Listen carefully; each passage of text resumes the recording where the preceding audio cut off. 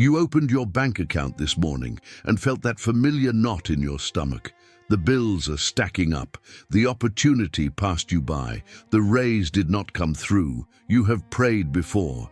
You have asked for provision. But the money never arrives when you need it most. Here is what nobody told you.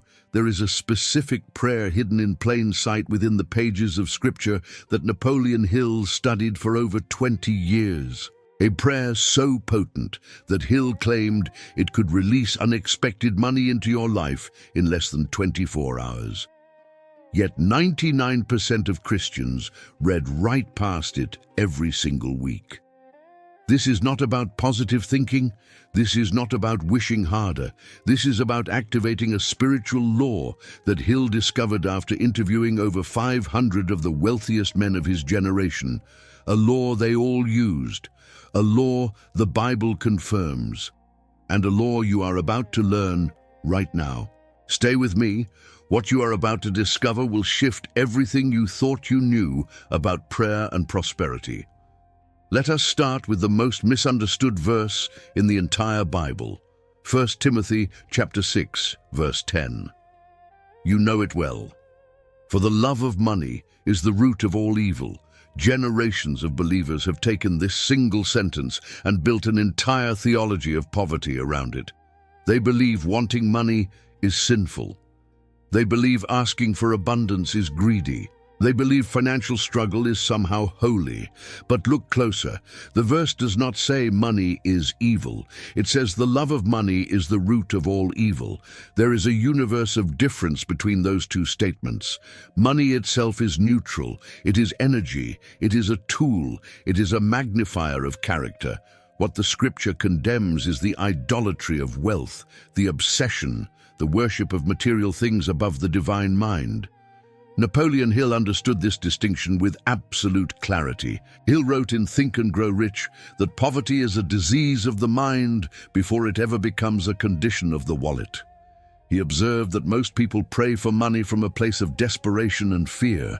They beg, they plead, they bargain with infinite intelligence, as though negotiating with a distant and reluctant deity. This is why their prayers fail. Not because divine mind is withholding, but because fear repels the very thing you desire. Faith and fear cannot coexist in the same mental space. When you pray while feeling unworthy, you are simultaneously affirming lack. When you ask while doubting the answer will come, you close the channel through which abundance flows. Hill called this the tragedy of misaligned consciousness. Your words say one thing, your emotions broadcast another, and the universe always responds to the emotional frequency, not the spoken request. The vast majority of prayers for money are contaminated by this contradiction. People ask for $10,000 while internally believing they do not deserve it. They recite scripture about provision while feeling guilty for wanting more. They declare abundance while secretly fearing judgment from others. This emotional dissonance creates static in the transmission.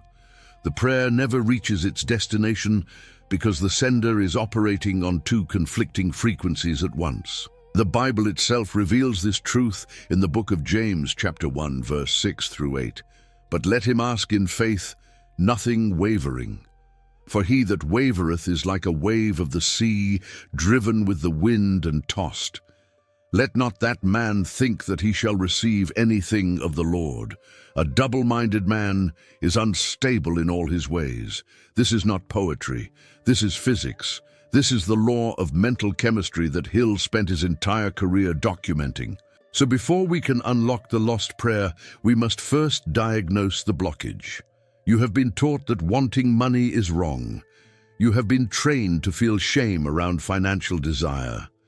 You have been conditioned to believe that spiritual people should not concern themselves with earthly wealth, and every single one of those beliefs is a chains around your prosperity. Napoleon Hill said it best, whatever the mind can conceive and believe, it can achieve. But if your mind has been programmed to reject wealth, no prayer will override that deeper command. Napoleon Hill was not born wealthy. He was not handed a fortune. He grew up in a log cabin in the mountains of Virginia, surrounded by poverty and limitation.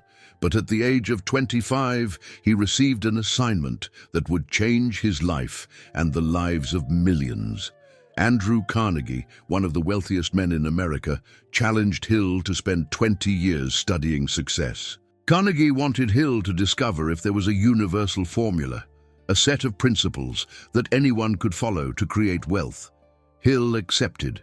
He interviewed over 500 men: Henry Ford, Thomas Edison, John D. Rockefeller, Theodore Roosevelt. He studied their habits, their beliefs, their daily practices, and what he discovered shocked him. Every single one of them used what Hill called infinite intelligence. They prayed, but not the way most people pray. They did not beg. They commanded. They did not ask from lack. They claimed from faith. Hill documented this in Think and Grow Rich, the book that has sold over 100 million copies worldwide. In Chapter 2, he introduces the concept of desire. But this is not ordinary wanting.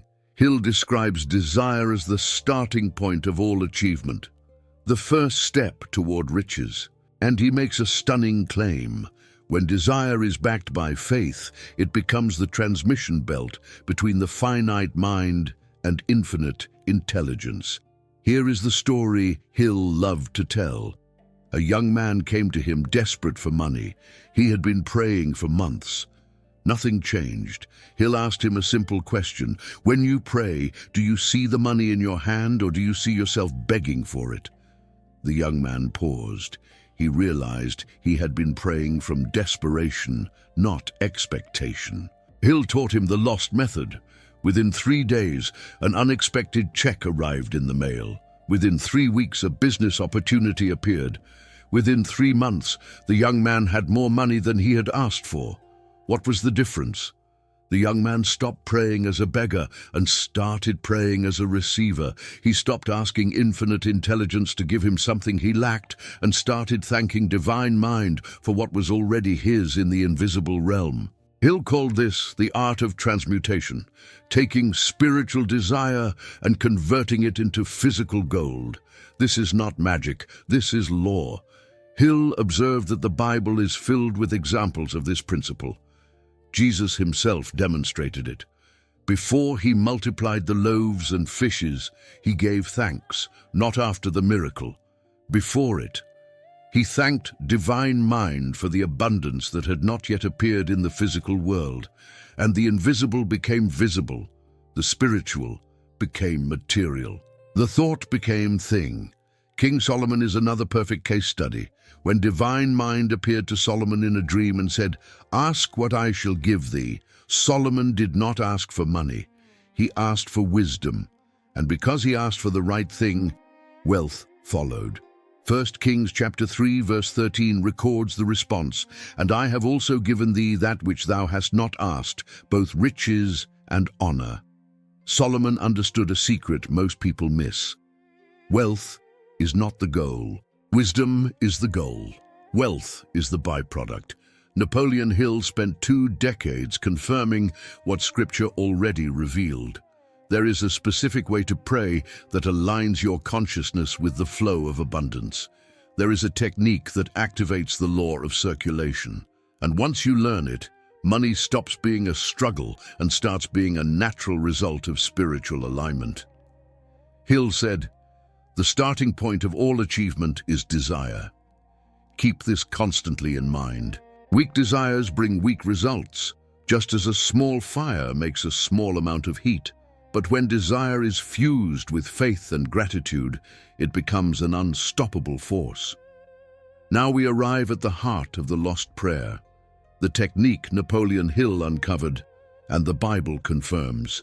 This is the law of autosuggestion combined with the power of the spoken word. Hill devoted an entire chapter of Think and Grow Rich to autosuggestion, calling it the bridge between the conscious and subconscious mind. But what most readers miss is that Hill was describing prayer in its purest form. Autosuggestion is the process of feeding your subconscious mind with specific instructions until those instructions become belief. And belief, Hill taught, is the catalyst that transforms desire into reality. The subconscious does not argue, it does not judge. It simply accepts what you repeatedly impress upon it and then works day and night to bring that impression into physical form. This is why prayer without emotion fails. Words alone do not penetrate the subconscious. Only words charged with feeling create lasting change. The Bible teaches this same principle in Proverbs chapter 23, verse 7. For as he thinketh in his heart, so is he.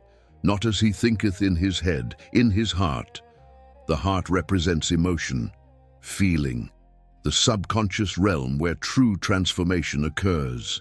You can recite 1,000 affirmations, but if your heart does not believe them, they are powerless. Hill understood this.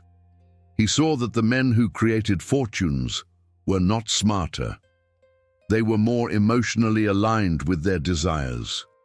Here is the lost prayer technique Hill taught. It has 3 non-negotiable components. First, clarity. You must know exactly what you want. Not a vague wish for more money. A specific amount, a specific timeline, a specific purpose. Hill insisted on this because the subconscious mind cannot execute a blurry command. If you pray for prosperity without defining it, you leave the outcome to chance.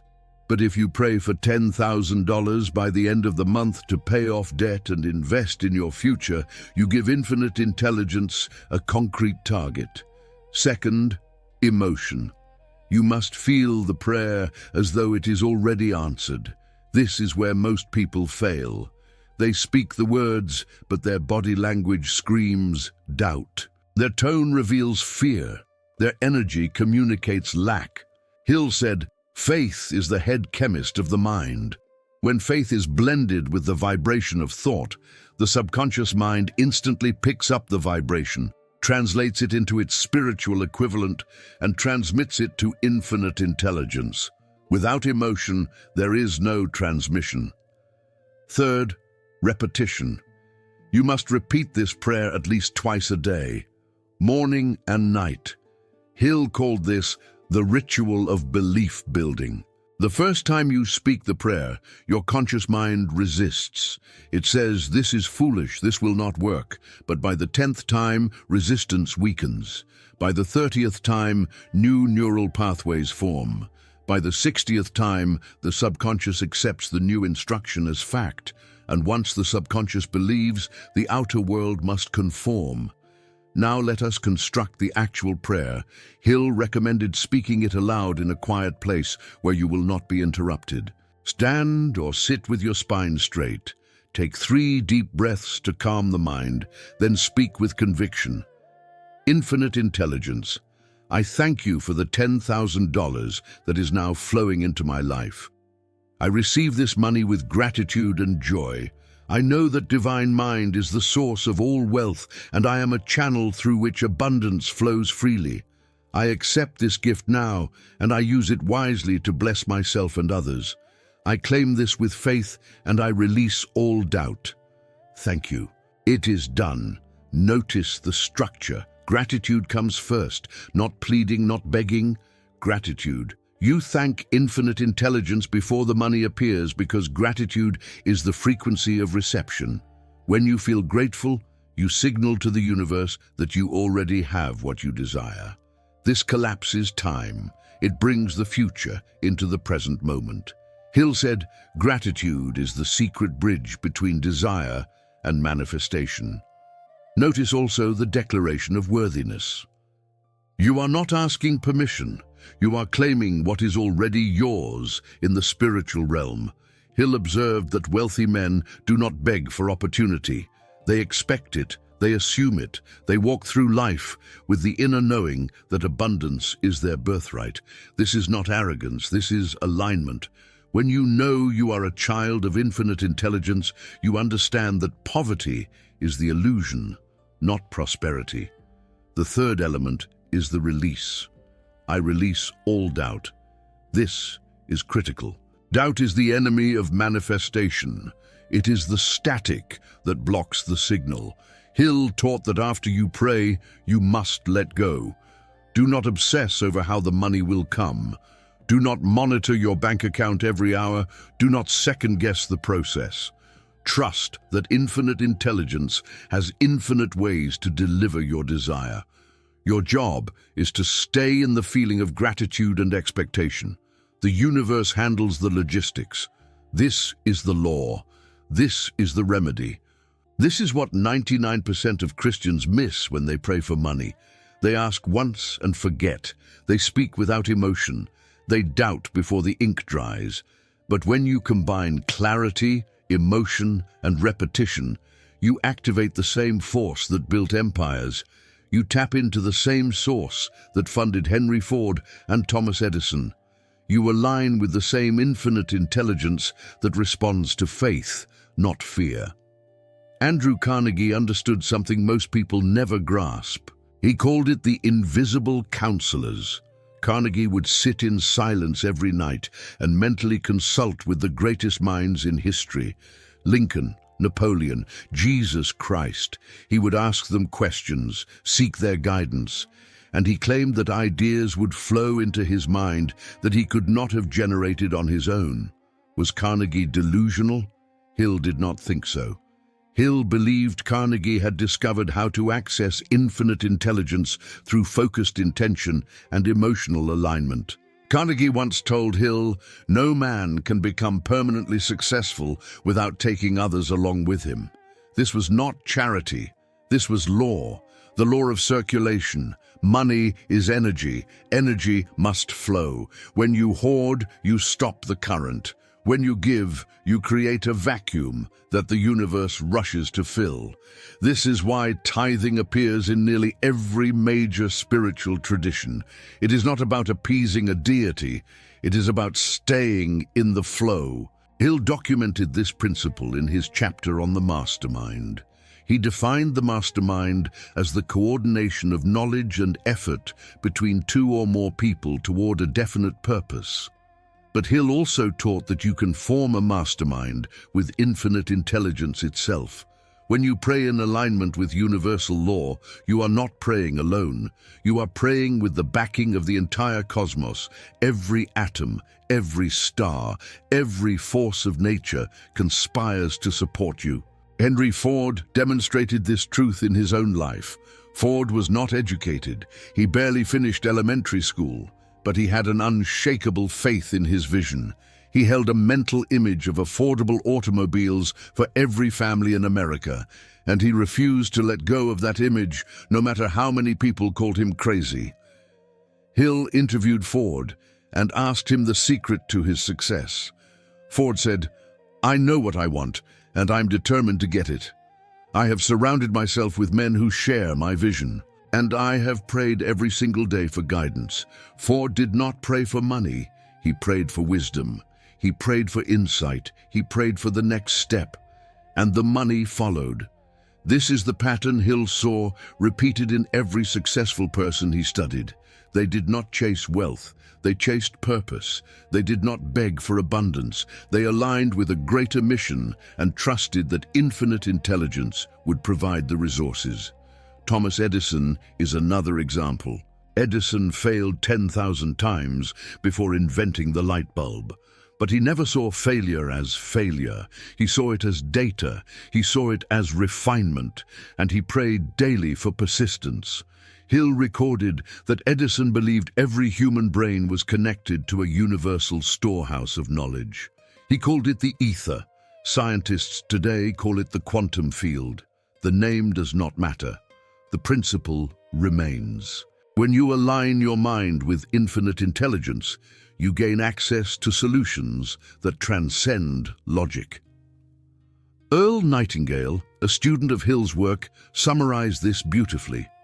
Nightingale said, "We become what we think about most of the time, and the reason is simple. The subconscious mind is the connecting link between the finite mind and infinite intelligence. Whatever you impress upon your subconscious with feeling and repetition becomes a command that infinite intelligence must fulfill. This is not wishful thinking. This is how the universe operates. Now let us bring this into your life today. You are not Andrew Carnegie. You are not Henry Ford, but you have access to the same infinite intelligence they did. You have the same subconscious mind. You have the same power to impress your desires upon the universe through prayer and autosuggestion. The only difference between you and them is that they believed it would work. They acted on that belief, and they persisted until the physical world conformed to their mental blueprint. So here is the modern bridge.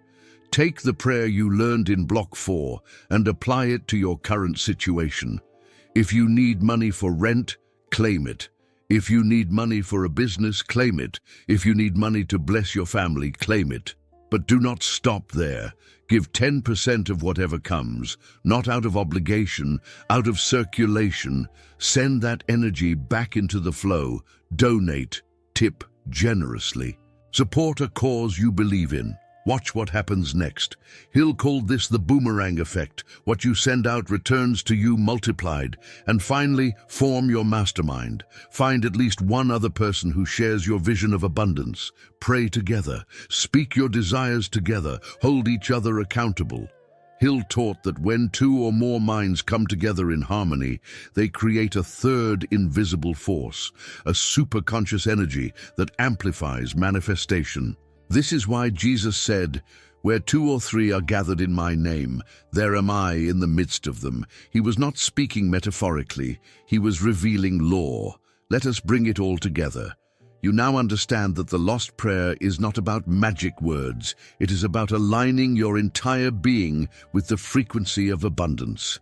It is about removing the blockages of fear, doubt, and unworthiness. It is about feeding your subconscious mind with clear, emotionally charged instructions until belief becomes automatic. And it is about acting on the guidance that infinite intelligence provides. Napoleon Hill dedicated his life to proving that success is not reserved for the lucky few. It is available to anyone willing to master the laws of the mind. He showed that prayer, when done correctly, is the most powerful tool for manifestation ever discovered. Not because it changes divine mind, but because it changes you. It reprograms your subconscious. It shifts your energy. It opens the channel through which abundance flows. The Bible confirms this in Matthew chapter 7, verse 7. "Ask, and it shall be given you. Seek, and ye shall find. Knock, and it shall be opened unto you." But notice the active verbs. Ask, seek, knock. This is not passive hoping. This is directed intention. This is faith in motion. And when you combine biblical truth with Hill's scientific method, you create an unstoppable force for transformation. Here is your 3-day prayer challenge. For the next 3 days, perform the lost prayer technique exactly as Hill taught it. Morning and night. Speak it aloud. Feel the gratitude. Visualize the money in your hands.